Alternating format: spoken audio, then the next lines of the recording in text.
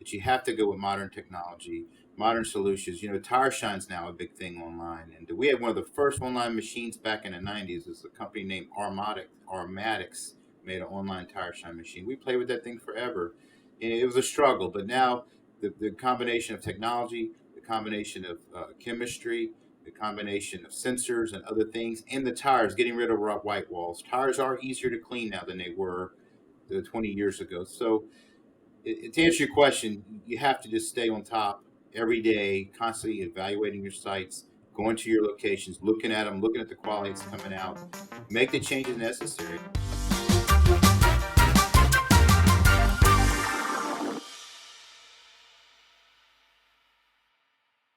Welcome everyone to the Modern Car Wash Podcast, and today we have a very special guest, and yes, we have spread our wings outside the Hoffman Development family to welcome Justin Alford of Benny's Car Wash in Louisiana to the show. Benny's is celebrating its 70th year of operation, and you can imagine Justin is a river of knowledge, and I was so pleased to welcome him here today. Among many things, we talk about being a third-generation operator, how the industry has changed over the last 70 years, where it's heading, and also how important getting back on the road to visit other operators and attending trade shows can keep you on top of your game. I hope you enjoy this week's conversation, so let's get into it.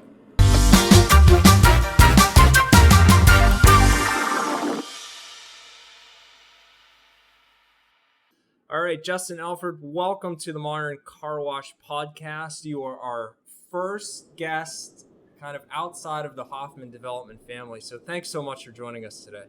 Hey, it's an honor. Looking forward to it. So in our interview chat, I was mentioning that Benny's is located in Baton Rouge. And I have been to Baton Rouge once, and I believe it was in 2009. It was kind of right in that post-Katrina era. And if I recall, like the city was kind of going through some sort of growth at that point. It seemed like there was a kind of a migration to Baton Rouge from New Orleans in that area. Is that how you recall it? Yeah, sure. Katrina was, of course, a monumental disaster for the entire country, and we lived through it. And a lot of people from New Orleans had come up here, and Baton Rouge is an interesting city. We're a capital city. The major university here, Louisiana State University, LSU is here.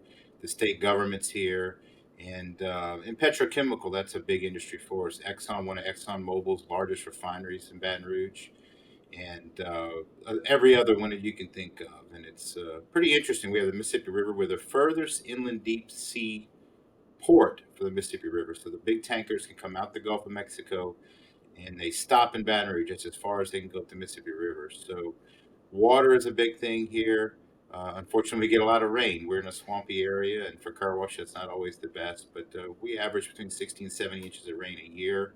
Wow. And I remember as high as 96 inches in 2016. So we're in a wet climate, and but chemical industry is big, oil and gas, all of that stuff. It's just a little history on that. It's kind of fascinating. Most people don't realize it, but all the chemical plants are connected with pipelines and different things. Like one plant may make chlorine, for example, and they have a byproduct that they ship to another plant to make something else, and all that's connected with pipelines. It's really a fascinating infrastructure. Most people don't realize that, but it's pretty neat the way they do that. So if you're making chlorine, you can't make any more chlorine unless you can get rid of your byproduct.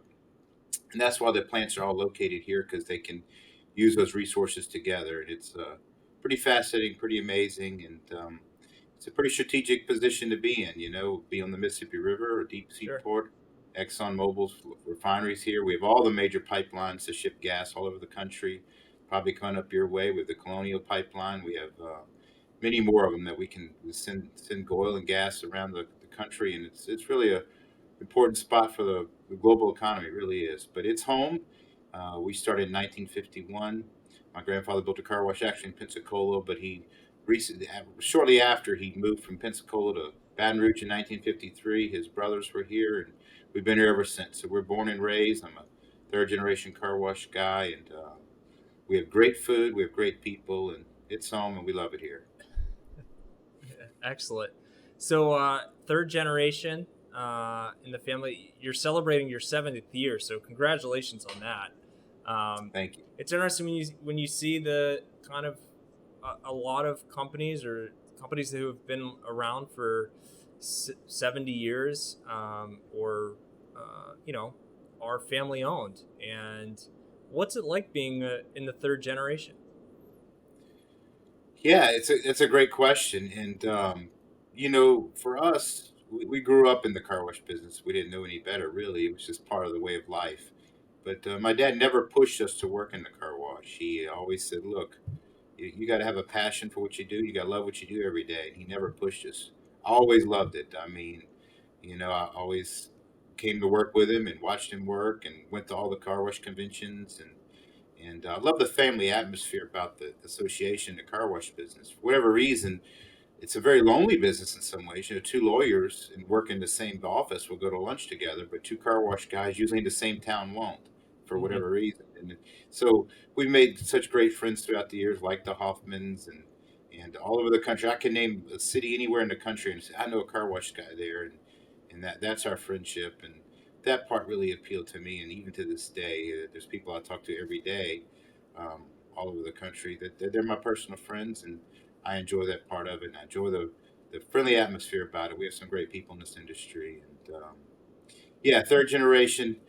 Very proud. I have two kids myself. Who knows what they'll end up doing? They're in school, and the same way. If they enjoy this business and want to take it to the next step, and hey, welcome aboard. But see how family business develop throughout the years. 7 years is a long time, and Mm-hmm. maybe we'll be around another 7 years. We'll see how it goes, and we'll take one day at a time.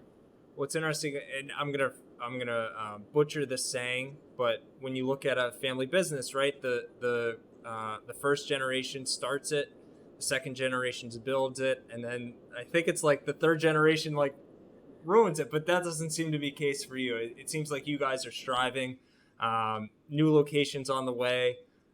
So it seems like you've avoided that, I guess, stereotype.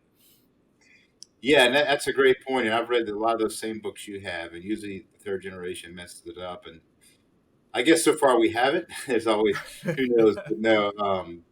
Well, we don't, and I think a lot of it is, I guess, the way we're raised and trained. I mean, for us, you didn't come in here in any kind of executive position at all.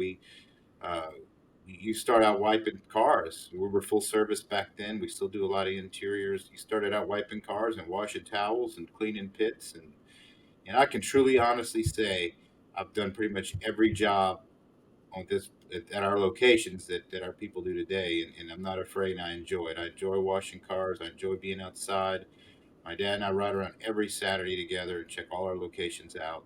We visit with the people, and I think that's a big thing. A lot of third generation people, they come in an executive role, and they didn't start at the bottom, or they didn't start out in the field, and I think they lose respect for the positions out there. And that's one thing I tell Sure. myself every day. I'm thankful for the people that work with us.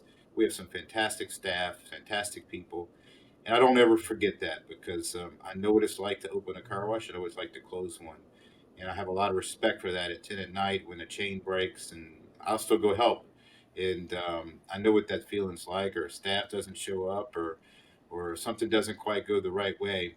I try to really keep myself in that position, and have a lot of patience and understand how difficult it is out there today. And hopefully that's one reason we've been successful. And I try to teach my kids that, and teach all our staff that we never want to lose sight of that, because every position is important, every position is needed, and our customers are very valuable to us, and we try to put that number one every day. I mean, it's great, and it sounds like you're the way that probably your father was raised and that you were raised was you avoided that entitlement. You actually earned your stripes. You earned your feathers. I'm curious, if you can just tell us a little bit more about how the company is structured, how many staff members you have, We have about 300 staff members right now. and that's We for how many have locations? I'm sorry. we have 9 car washes, we have 5 oil changes, and we have 3 convenience stores with gas. Okay. And we treat every profit center as its own profit center. So our oil changes are separate from our car washes. Our gas stations separated from our oil changes. Different management, different structure, different staff. We've worked very few cross trained. They each stand on their own separate P&L, separate water meters, electric meters, everything. We try to really separate them out, run them as individual businesses, and we have 300 staff to do that. And we treat each one. We try to give each one the attention it needs. So I think that's kind of important to us. It's my brother, my dad, and I. I guess we're the family members working right now, and then we have a general manager. Now we have an ops manager that handles the operations of car wash, and we have another ops manager that handles oil change, and one that handles the Be Quicks, which is our convenience stores. So we separate them out into different entities so we can really pay attention and give them the proper attention that they need, because they are separate Sure. businesses. They each have their own challenges and their own rewards, and we want to treat them that way. It's so the our company uh,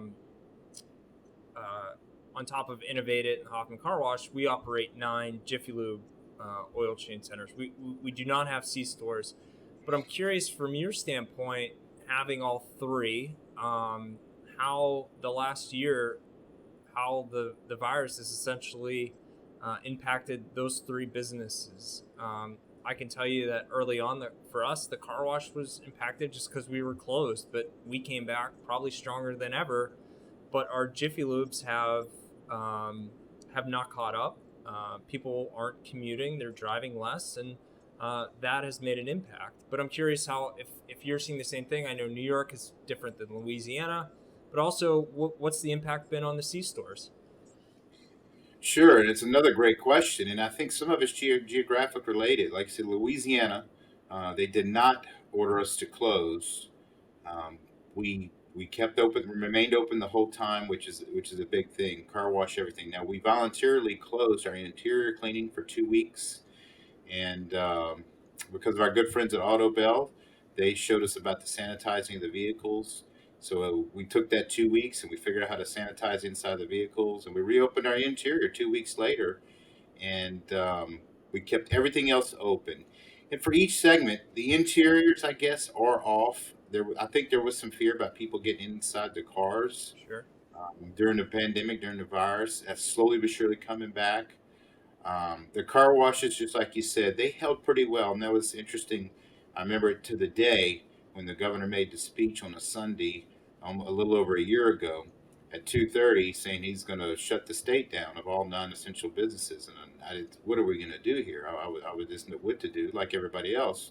We've been through hurricanes, we've been through floods, we've been through all kinds of things. We've never been through a pandemic before. It's funny because I remember my grandfather, he's passed away now, but told me stories about the Spanish flu of 1918 and 1919. And I wish I'd have listened closer, because guess what? History does repeat itself. And I hope we never have to go through this again.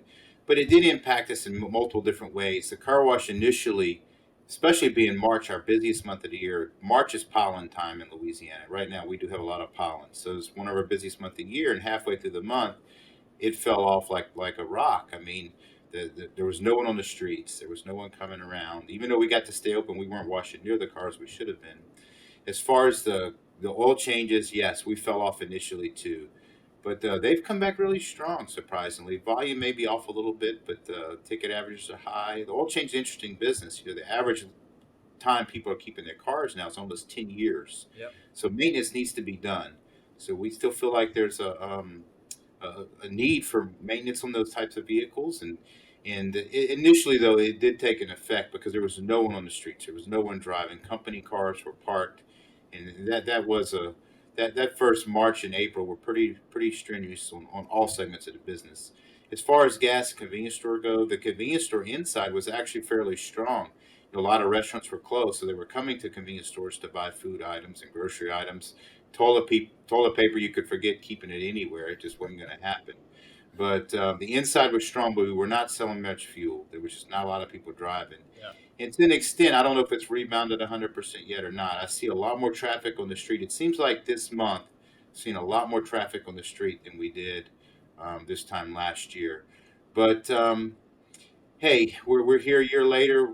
We're fortunate we're not in a hotel business or a bar room or something like that. Right. They got impacted even more. Car washing wise is rebounding pretty strong. Interiors are coming back. Oil change is doing well. Convenience store. So overall, we're very pleased. I think we're having 2020 turned out to be a nice year, and 2021 starting out pretty strong. And but like everybody else, I sure would like to see this thing end. If I could wave a magic wand and fix it, I sure would, because it's been a struggle. I mean, there's been some tragic loss of life because of it. There's been not just from the virus, but from people losing their business. And I understand. I mean, we're Americans. We're used to being in control of our own fate, and when you got a government or somebody else saying you got to be out of business, you're not essential. I can only imagine. I can't imagine what these people are going through. And Sure. I'm like everybody else. We want this over with, and I'm glad the vaccines are here. And Louisiana's done a pretty good job getting that rolled out. We got a pretty good percentage of people with it now, and let's see if we can't get back to normal. That's what we're looking forward to, all Sure. of us. Well, I do have to give you credit. You touched on the interior clean side. I remember how quickly you guys pivoted and rolled out the sanitization. And I mean, we were taking note, and we worked with our vendor, Simon Eyes, and shortly after, it was probably a little bit longer, just given, again, different regulations in different states. But we came back and we reopened our interior clean. We had a sanitization. It's a tough word to say, but I do recall. I mean, Benny's was one of the first ones that we noticed. I mean, kudos to you guys for pivoting that quickly. Um, Now, for us, and it sounds like the car wash is kind of back where it was, and you're opening a new location this year. Is that correct? Well, that's our plan, and we've been doing a lot of remodeling the last few years. We changed our whole logo, our colors, our look, our image, everything in 2016. We wanted a new look, and believe it or not, that's a monumental task to, as y'all know, to redo every location to make it look the same. So we're remodeling. We're finishing up one now. We have plans to start two others on remodeling, and those are major remodels. It's not just changing the main sign out front. We change colors, we change our building colors, we change our signage, every sign on the facility. So it's a major task, and it takes time. So we were hoping to be done by now with the remodels, but COVID did push some of that back with construction costs and even getting people to work. And as we touch on the new location, we're working on a new location as well. We're working with the cities and stuff, and that has been a real challenge. I mean, with COVID, the cities getting them to make decisions and getting them to give you OKs and building permits, it has really slowed things down. So we're hoping to have another one done this year. We'll see what happens. We've still got some hoops to jump through, and I tell everyone, the days of where you could just buy a piece of property if it was zone C2 and start building immediately, they just seem like they're gone. And every town has a planning commission, and it seems like every piece of property has to go in front of a planning commission. They all have their opinions, and getting them to speed up and getting them to do things quick is just those days are gone. So hopefully, cautiously optimistic that we can get rolling here this year, but we're just kind of at the mercy of how things are going. And I'm sure we'll touch on some topics about construction and building costs later, but all of those play a key factor. And to build a site and develop a site now, it seems like it's taken us 2 years before we can even get going. By the time we go through all the regulations and planning and stuff, it's really a challenge. And I think it's unfortunately it's going to get worse, and that could be some pose some real challenges in the future. Sure. I know our development person, our director of development, who's basically tasked that go out find properties for us to build. He sits right near me, and I he has one of the most stressful jobs. I swear. The He'll recap the board meeting that he went to via Zoom the previous night and all the opposition that he faced. And I mean, you're trying to build a car wash. It's a service that people love. And I don't know if it's too much regulation, it's just the bureaucracy or whatever it is, but you're right. It just seems almost too hard to do sometimes. Um, so I don't know. I don't think it's going to get any better anytime soon. So you just got to keep fighting the good fight, I guess. Yeah, unfortunately not. Like I said, my grandfather, he built his first location, the entire thing for $16,000, and he never even had a set of plans. I mean, he just went and built it, and that was in 1951. But still, it's hard to even imagine. I mean, $16,000 didn't even cover didn't even cover a tenth of your lawyer fees now to get a site done. So, Yeah, and it's a shame because America's based on freedom and capitalism, and boy, some of these towns are really it's amazing some of the things they ask for, and being a car wash and convenience store and oil change, those are on the list of somehow people have gotten a stereotype that those are evil businesses sometimes, but not. I mean, I look at the facilities y'all build up into many of them. Coming up there to visit soon, and y'all build beautiful places. And I like to think we do as well. And I think we leave some of these lots much nicer than when they were before. We spent a lot of money on landscaping, and that's something you guys are known for, and landscaping, and we try to really do things right, keep our places looking first class. And we're doing remodels right now. We're constantly spending money on them. And as I go to the new ones and I go to the old ones, I said, boy, they just don't look the same. We're gonna do everything we can to get them up to speed. So it's a shame that we have to fight that through the city governments and bureaucracy. But right now, that's the business we're all in, sure. and we just try to make it work. Well, it's interesting because it's the remodeling and the landscape and all of that. It becomes so important because if you look at I don't know, obviously there's some bad operators out there, but for you and for Hoffman's, the our buildings are part of our brand. Sure. It's uh, easily recognizable, but also it has to match the quality. It has to portray the quality that you're going to get, and also the technology that's inside the tunnels now. Long. Uh, what are your brand colors? What are your fonts? Whatever it is, what does it say about being a modern company? And it seems like Benny's is you've recognized that when you launched your rebrand, and you're going through it right now. Uh, It is, and we spend a lot of time and money and effort. We have a design guy for. I mean, you don't add a sign to our locations unless we go through him. And like most operators in the past, every time you get a problem, you want to add a sign, and you look at the end of the day, and there's just more sign. There's signage saying to read signs. Well, we've scrapped all of it. We've redone every sign at our facilities. We don't add it unless it's necessary, unless it goes through one person who designs it, looks at it, approves it, and says, "Hey, this sign is really useful," or it's not. And you're right. It's not. Everything is connected together, from your building to your signage to your logo to your colors, to the equipment to the technology inside the tunnel. All of it's related, and I think it all leads to a better quality product all the way around.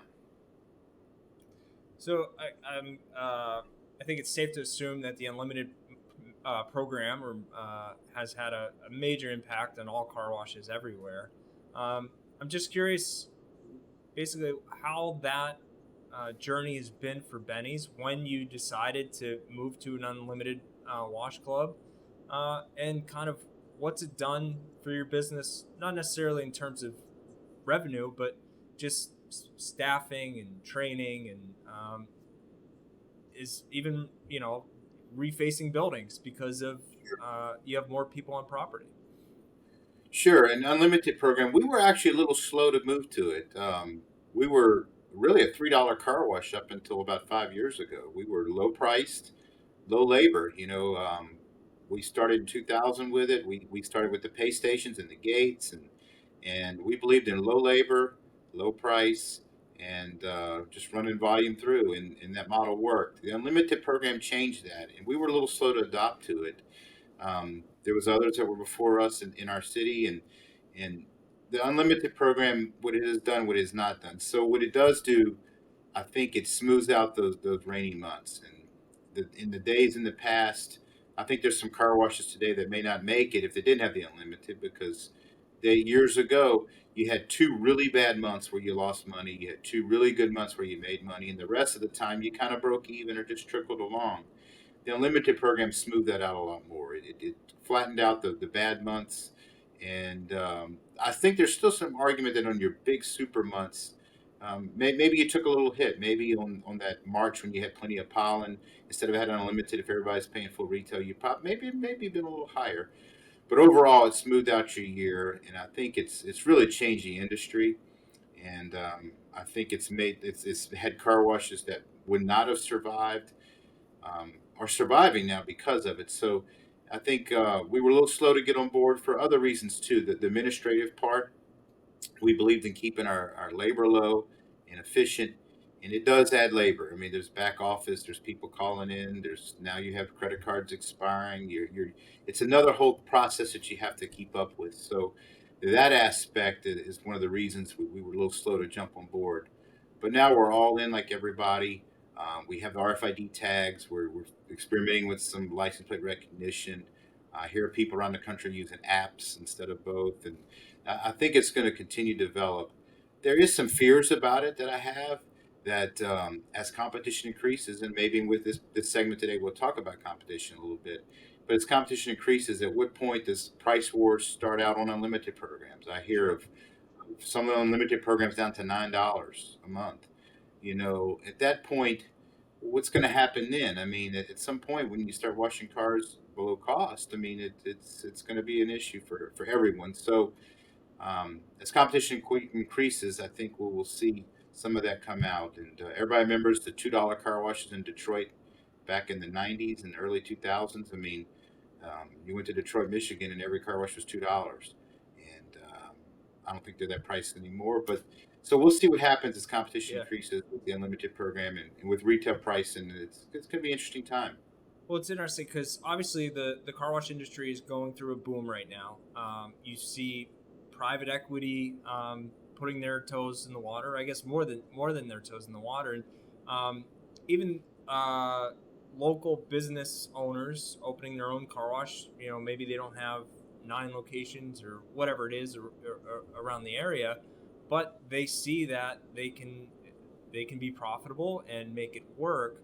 And I think that when you mentioned the price war, and I think this is where your brand becomes so important in the sense that Benny's is a locally owned. You've been in the area for 70 years. You're recognizable, and that gives you a leg up, even if you're $2 higher, $3 higher, $10 higher, whatever it is. But on the flip side of that, quality becomes so important of what type of wash that you're putting out, because that ultimately that's what you're going to be graded on, is you know how clean are you producing cars. So I guess from your standpoint, what over the years, how have you addressed keeping that consistent quality in the wash that you're producing? Well, and you bring up a fantastic point. And one fear that we do have as competition increases is car washing become a commodity. And in the old days, and I can take a little history back for us, but with full service, and y'all still have full service, and we still do interiors, you had a game changer because if you gave a better car wash, people would drive a little further. But now the modern express wash that you see on every corner, everybody puts out a pretty decent car. Mm-hmm. The soaps have gotten so much better. The technology is really good at all the companies that people are putting out a decent car. Now, you and I may be able to look at it really close and see some differences. But as car washing becomes more of a commodity, and we saw this in the convenience store, a Coke tastes the same whether you buy it at my convenience store or the one across the street, and you end up with 4 convenience stores on 4 different corners. So I do fear that the commoditizing of car washing is going to be a challenge in the future, and that's why we, just like you said, over the years we've always tried to have the latest equipment. Cars changed too. I remember back in the '90s and the '80s scrubbing Cadillac white wall tires. I mean, now we never heard of a white wall tire, but I do remember it very well of having to get on my hands and knees sometimes with kerosene and make these white walls shine. And that was a big thing. And my grandfather in the '50s had these white walls that were 4 inches wide, and they had steam guns and everything else to clean them. So cars change. So I think you have to change with the time. Excuse me. Sorry about that. I think you have to change with the times. That you have to update all the time. That you have to go with modern technology, modern solutions. Tire Shine's now a big thing online, and we had one of the first online machines back in the '90s. It was a company named Armatics made an online tire shine machine. We played with that thing forever, and it was a struggle. But now the combination of technology, the combination of chemistry, the combination of sensors and other things, and the tires, getting rid of white walls. Tires are easier to clean now than they were 20 years ago. So to answer your question, you have to just stay on top every day, constantly evaluating your sites, going to your locations, looking at them, looking at the quality that's coming out, make the changes necessary. And in everything, it's getting more expensive, and you have to reinvest, and you have to keep your sites where they are on top. And the ones that don't, and you'll see it's going to be a big change. Sure. The other thing about consolidation that I do remember, and what's happening today reminds me a lot of what happened with the in-bay automatics again in the 90s. At one time, there was an in-bay automatic. There must have been 15 within 3 miles of every spot in the United States. I mean, there was in-bay automatics next to cow barns. I mean, that was the thing to do, the touchless automatics, the PDQ, and they turned out a good quality car, but they overbuilt them. And when they overbuilt them, revenue drops off. When revenue drops off, people stop investing. When people stop investing, customers go other places. So that's a fear that could happen in this industry. And the industry is on fire, and consolidators and a lot of new players are entering the industry. But will that happen? And that's what we're gonna have to see what's gonna take about. People, they build a car wash, they say, all right, look, I'm spending this many millions, I'm going to build a site, but they don't realize that you never stop building. Right. You open a car wash one day and you have to invest money every day that it's open until the day you close it, because it's a living, breathing thing that you have to constantly nurture. Sure. And a lot of people don't figure that. They figure they just invest one time, like a storage unit or something like that, and that's not the case. And we saw that at the in-bay automatics. As far as big industry in the car wash business, we remember when ExxonMobil, the largest company in the world, got in the car wash business back in the 70s and 80s. They had full tunnels in Baton Rouge. They hired engineers to run these tunnels. And one day they walked in and closed the doors and they sat. They just got out of the business, and that was it. And so at the end of the day, you do have to run these things. You do have to invest in them. And I think we'll see who's willing to do that and who's not as the future as the future car washing comes about. So you touched on a lot there, but I do want to shift back to kind of that technology and maybe not white walls on the wheels, but I know that Benny's just invested in the innovative Wheel Blast It. I'm just curious what attracted you to that product, and what's the experience been? It's been great. And I'll tell you a couple of reasons why. We've been watching Hoffman's develop this for years. And in the early stages, it was a complicated piece of equipment. You had separate hydraulic motors and all of that stuff. What really got our attention to what Hoffman Development did is I think they simplified in a lot of ways. There is no more hydraulic motors. There's no more hydraulic lines running out there. It's really a simple piece of equipment, and it does really well. And another thing, I don't have a degree in engineering or anything, but when I go to the locations, I look under the equipment that has the most dirt, and under the wheel blaster, there's plenty of dirt, which is telling me it's doing a lot. And if you stand there and watch it, brake dust, all the black stuff, you go look underneath that piece of equipment with your location, and I do that at each piece of equipment that we have, see where the dirt's coming off, see what's really doing a lot of the work, and it is. It's a beautiful piece of equipment. It's well made, stainless steel. It follows the wheel. Shane and the whole team there has done a great job with us on making sure it works well. They hooked into our cameras. They can watch it live. Shane makes tweaks all the time that we doesn't even tell us. Hey, he just gets on there, does and fix it. Wake up the next day, and it's working even better. So, and I think things like that is what's going to make a difference. I think we put out one of the best wheels that I've ever seen. I'm very proud of it. I mean, they shine. And that's the kind of things that people can't get at home. When you wash your car at home, I always can tell a home car wash because the wheels are never as clean as ours, because they don't have the high pressure. They don't have the technology to follow the wheel, and they don't have the chemistry to really do the wheels the proper way. So that particular piece of equipment has served us real well. We're putting one in at each location. You guys are making them and sending them to us, and we're putting them in, and hopefully by the end of the year we'll have them in at all 9 locations, and that's going to be our standard. It's part of our standard thing from here on out, is to always have that Hoffman blaster in there, because it definitely works. We've seen it, we prove it, we look at it time and time again, and it's doing a beautiful job. We had our general manager, Keith McKenna, on the podcast last week, or the last episode, and I asked him to name his favorite piece of equipment, which wasn't the Wheel Blasted, but I named mine, and that was my favorite. And that's the one piece of equipment that when I first started working here, that I immediately noticed. And for the audience who doesn't know what the wheel blasted is, it's a follow along wheel blaster, um, and the recent revisions to it, as you mentioned, got away from the hydraulics, went to an electric driven, and also it now you it's not necessarily a standalone piece. It attaches to an arch if you'd like it to. It can be very much customizable. So it's great to hear that you're having a good experience with it, and it sounds like maybe it's your favorite piece of equipment as well, just like me. Um, It is, and it's even more impressive in a full service environment, I think, when a customer can see it and watch it sure. work.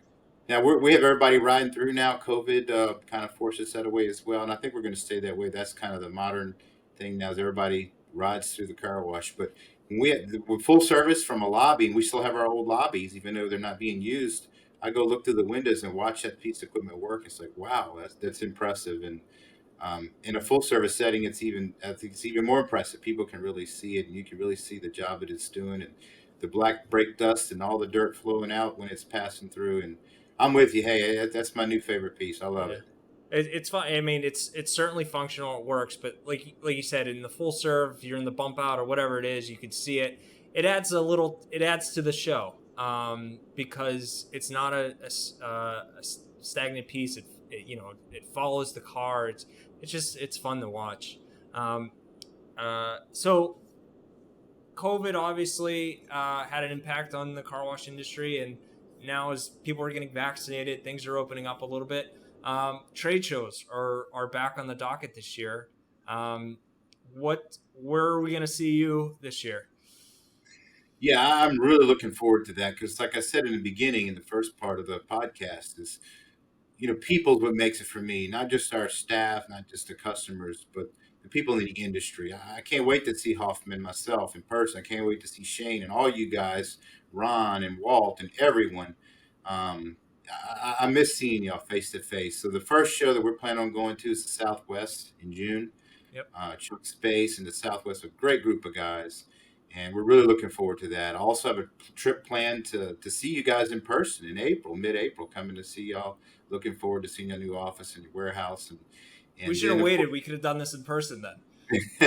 hey, yeah, it's mid-April, and if we need to add any more, we'd be happy to do that in person as well. But looking forward to it. And the ICA in November is always a big highlight, and I think the Southeast is going to try to pull off a show, and I think we're ready. The Northeast has some plans as well, and like most people, we've done a lot of Zoom calls, a lot of Zoom meetings for the past year. And Zoom is great. In some ways, I've embraced it. And I try to look for good out of the pandemic. And I think Zoom is. We used to have a managers meeting once a week, and we try to bring everybody in. They would all drive over here, and we had this managers meeting, and it seemed like it lasted longer. And now with Zoom, we do it on Zoom. It's shorter. I think it's more to the point, and it's efficient. And however, I've been to some virtual trade shows this year as well, and it's not the same. I Right. mean, I feel like you got to walk in that booth and touch this piece of equipment, look at the wheel blaster, look at the things y'all are making, be able to talk to Shane in person and say, hey, how does this work? How does this not work? For me, as a visual person, Zoom doesn't do it justice. And I'm really looking forward to the trade shows. I think it's something that's been missing this year, and I think psychologically for a lot of people, I think it's needed. Sure. So I don't think Zoom's going to replace everything. Same with the offices as well. We did a virtual office in the beginning, and we came back pretty quick. I mean, within 2 weeks, we had people coming back in the office. We were sanitizing our buildings. We were shutting our doors and doing all the safety things, and we still are. And I think some of that's going to remain. We still sanitize our building every day, and I think that's important. Hey, even after Corona days, it can't hurt to the cold, flu, all of that stuff. So I think some of the things that we did learn during the pandemic, we're going to continue to do. But having people in the office to me is something I look forward to. And it's going to be interesting to see. I was reading something the other day that Google is investing billions in offices again. That we did learn we can work from home when necessary, but I think we are missing something not being face to face. I mean, to be able to stand up and walk next door and talk to somebody about something that you see is important. I wouldn't do that to click on Zoom or FaceTime 'em. When the thought comes or the idea pops up, when you can stand up and say, "Hey guys, come over here. Let's take a look at this and let's talk about this." I think that's invaluable. So for me, face to face and live and trade shows, offices, all of that coming back is something I'm really looking forward to. It's going to be a good year, I hope. I think that you don't necessarily innovation. I mean, there's certain innovation that happens from um, depending on what industry you're in, right? And I think for a service industry, the innovation or the ideas, you have to almost be touching, feeling, interacting, experiencing it. And we noticed the same thing. The second that we came back, the ideas just started flowing out. You can't you couldn't get that on Zoom. And like you said, it was more of an inconvenience to Zoom someone or make a phone call or whatever it is. Where now you just get up or you talk across your desk or whatever to do it. And I think you're going to see that at the trade shows. I think people are going to come together. They're going to be so happy to see each other that alone, the mood of of the trade show is already going to go up. People are going to be so excited to be there, to visit, to see old friends, and I think you're going to have a lot of that idea sharing, and it'll be interesting to see what the companies who are presenting what they've come out with. They've had a year of development, and yeah, it might be on their website, but like you said, until you can see it in person, I think that's probably going to be one of the biggest things when it comes to the trade shows this year. Um, Justin, one last question for you as we wrap up here. I'm just curious, where do you see the industry heading for maybe the not just the remainder of 2021, but maybe 5-10 years from now? Sure. It's a great question. And of course, everybody wishes they had a crystal ball. I think the industry is on fire. There's no doubt about it. You have private equity, you have investors. I mean, they're building car washes on top of car washes as fast as they can. There's some major factors that could determine that. One is interest rates, and interest rates are historically low. However, I follow the 10-year Treasury bill every day, just about, and it was like 0.33 in the lowest point last year, and it's 1.65. It's increasing. So personally, I have no crystal ball. Inflation is on the rise, Sure. and when inflation rises, interest rates tend to go up with it.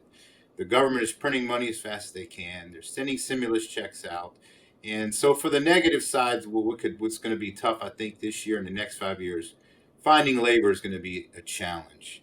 I mean, they extended this unemployment again. I think it's another $300 to $500 per week to stay home and not work. That's going to be tough on service industries. As service industries reopen, hotels, restaurants, businesses, bars, there's a lot of people going to be fighting for the same labor pool, and car washes are included in that. So Sure. anything with labor is going to be a challenge. The cost of labor is going up. On the other side, the cost of building is skyrocketing as well. Um, 3 years ago, there was people building $1.5 to $3.5 million car washes. I think those days are over. I mean, I think you have a hard time building for 3.5 million right now, and the numbers going to go up. And when the numbers go, when you start spending $6, $8, $10 million on a car wash, the risk is a lot higher. The break even changes. So at some point, we'll see what happens. So I think inflation is going to be a big problem across every sector, across labor, the cost of building. You look at the price of lumber, 2x4s right now, to Yeah. steel costs, and you guys deal with that all the time. It is going up and going up fast. If interest rates keep rising, that could put a little slowing down on the housing boom because interest rates drive housing. Our housing is on fire in Baton Rouge. I cannot believe the amount of houses they're building. I mean, everywhere you look, I still say, wow, does that mean people moving there? I hope so, and I hope it continues.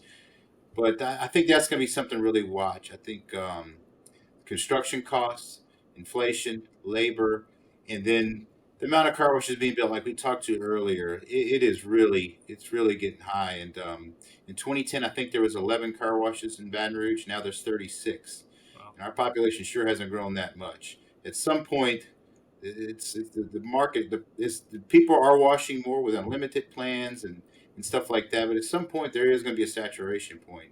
Then we'll see what happens. We talked about other challenges, the cost of and the difficulty finding sites and getting sites zoned and getting approved is going to get even more of a challenge. So I think that's the challenges that we could have in the next 5 years. The good news is I think the amount of vehicles seems to be increasing on the roads. I mean, Ubers, Lyft, all of those things. That's more vehicles out there, and I think car wash is more important than ever from an environmental standpoint.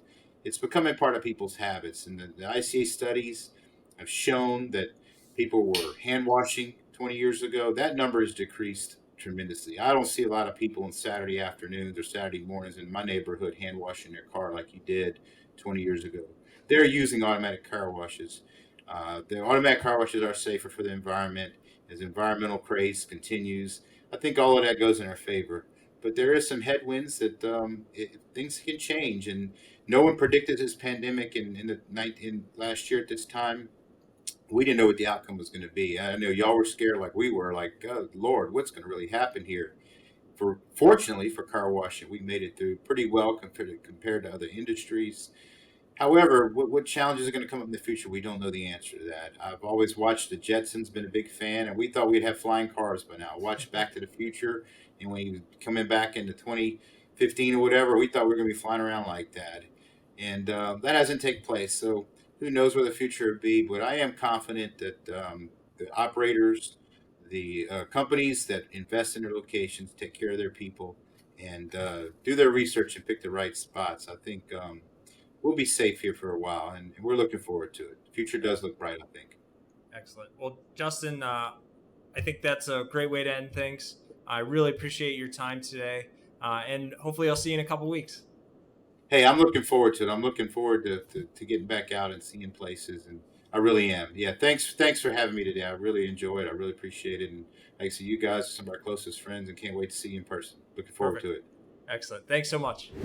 All right, that's it. A wrap on this week's episode of the Modern Car Wash Podcast. A big thank you to Justin for taking the time to speak with us today.